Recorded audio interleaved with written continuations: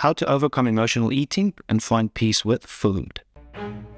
Never stop, I'll get it if I want it. Gotta make to myself a promise. I won't quit, keep going till I got it. Emotional eating is a common thing that a lot of us get affected by, especially us people that deal with depression, anxiety, stress, sadness, burnout. It's easy to then start coping with food. In the sense, we use food as a coping mechanism to feel something, to feel in control. And then those foods we generally choose to eat on don't serve us physically or psychologically, and we just start digging that hole deeper and deeper for ourselves. And that cycle then also repeats itself, and we start eating more food and more food. And the thing is, that's a vicious cycle, because now we're going into overeating, then we're doing binging. Then you know what, then comes that feeling of shame, guilt. We just overate, we hate ourselves, and we promise we're not going to do it again. Then what do? We start starving ourselves. Then once we starved ourselves, a few days later, we're so hungry, stress again, the more depression, the more anxiety, and we go to that cookie, and there's 2 cookies, it's the whole pizza, and that vicious cycle keeps repeating itself over and over. So the question is, how can we find peace and overcome emotional eating? In order to dive into this, we also need to understand a bit of the science of emotional eating and binge eating. Emotional eating is rooted in the brain. And the thing is, when we are stressed, the brain and body releases cortisol. Cortisol then also releases the reward system. Now that reward system is going to make us chase things we want reward in. And a lot of time, the reward comes in those highly processed foods, such as food that are high in sugar, high in fat, and those foods make it very difficult to stop once we activate that reward system with those highly processed foods. But the thing is, activating that reward part of the brain the whole time, that actually creates new neural pathways where we go deeper down the habit rule.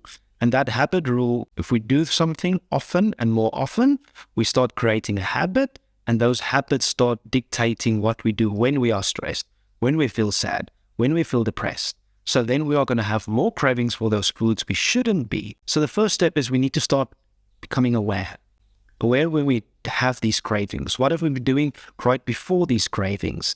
Unless we start building awareness around where these emotions stem from, it's very difficult to break emotional eating, because we're just acting on habit. We need to start looking for where the trigger of that habit is coming from. So I'm going to give you 5 tips you can start using to start breaking free from emotional eating. And the first one being identifying the triggers. This is where we need to start paying attention to the triggers. When we have these urges and cravings for emotional eating, what were we doing? Where were we? What was the activities? Was it work stress? Was it family stress? Was it boredom? And only once we start looking for these patterns can we start identifying these triggers, and then we can start looking for different coping mechanisms. If we know every time I need to write an email to my boss, or every time one of my children goes off, or I have an argument with my wife or spouse, then I want to eat, okay, that's now a trigger. The emotional stress leads to the wanting to eat something. So now we can start looking for better ways to cope with that. Maybe go for a walk, read for a bit, maybe journal a bit. Thing is, you're still going to have that food craving. But the more we do another task instead of eating, the more that will become the habit. Number 2, mindful eating. Mindful eating is when we actually stop, pause, and pay attention to what we are eating. What are we actually tasting? What does the food smell like? What is the mouthfeel of the food? And if we don't start focusing on the food that we are consuming, that mindlessly eating and overeating becomes so easy, because we're not paying attention to how much we are eating, what we are eating. We're just eating to cope with the emotions. Mindful eating is pausing, slowing down, savoring that food. But also by slowing down, we give the body the ability to actually sense how much food is coming in order to actually give you the signaling to say, you know what, that was enough. I don't need more. We had enough food. And that takes about 20 minutes for us to register we are actually full. So mindful eating and slowing down. Number 3, practicing self-care. Emotional eating can be a sign of deeper emotional and mental health issues, such as depression, anxiety, trauma, stress, burnout. And I think this is where we need to put ourselves first and self-care. We shouldn't be ashamed to talk and ask for help. Talk to your therapist. If you need help, reach out to me. We can have a chat.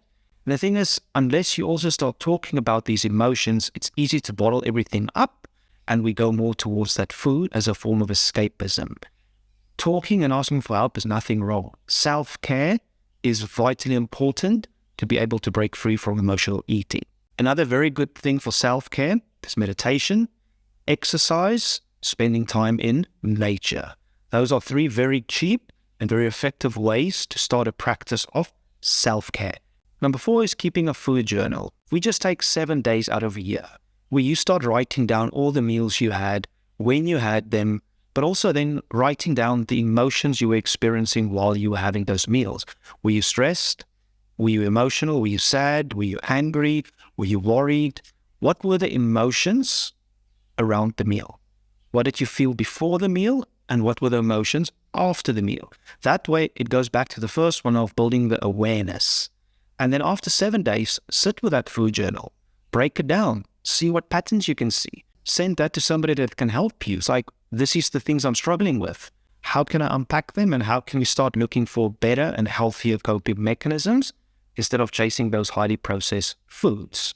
And number 5 is finding alternative coping mechanisms. This is a very individualistic area, but again, this is where we need to start paying attention, building the awareness, looking for the triggers, and then we can start putting stuff in place to help us cope better. Instead of reaching for the food, reaching for those snacks, and some of these good exercises can be reading a book for 5 minutes when I feel emotional, listening to some music, going for a walk, exercise, meditation, journaling. This is also a place where we need to experiment. What works for one person might not work for somebody else. But unless we start looking for alternative coping mechanisms, nothing will change. Because you've taught yourself to cope, I need to eat. And the more we did that, the more that habit gets formed in the brain, and the more the slave we are to emotional eating. Take 5 to 10 minutes. Write down 10 to 20 activities we can rather do than emotional eating. And whatever comes to mind, just write them down.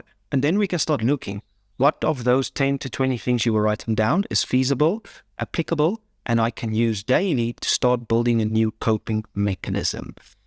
But another big part that I also need to say, sometimes we do need to look at what was the thing that caused us to need that coping mechanism. There we can look at addressing the big stresses. If there's something at work that I need to address, is it past trauma I need to be addressing? Is it depression? Is it a lack of purpose?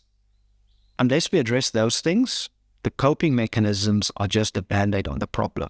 We still need to be able to identify the problem. And that's where journaling does help. Write down those big problems you are facing. Where does the triggers pushing you to emotional eating come from? And then we can really start doing the work that is needed. Now, 3 more things to just keep in mind. Start small. Emotional eating is a habit we've been instilling ourselves for quite some time.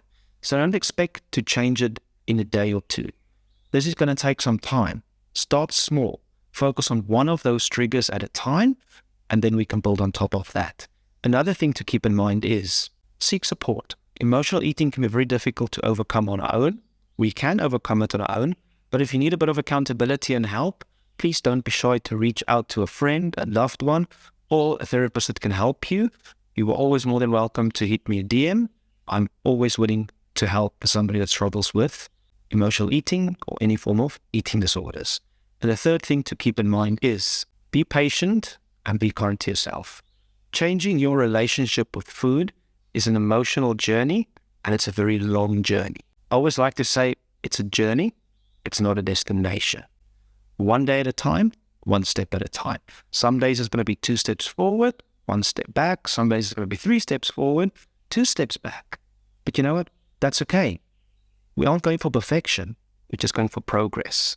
One day at a time, keep your chin up. In conclusion, emotional eating can be a very difficult thing to overcome, but with these tips, we can start building a foundation of small, daily practices and building that awareness of where we need to do the work. And if you've got any questions, please don't hesitate to reach out. I'm here to help. Never stop, I'll get it if I want it. Gotta make to myself a promise. I won't quit, keep going till I got it.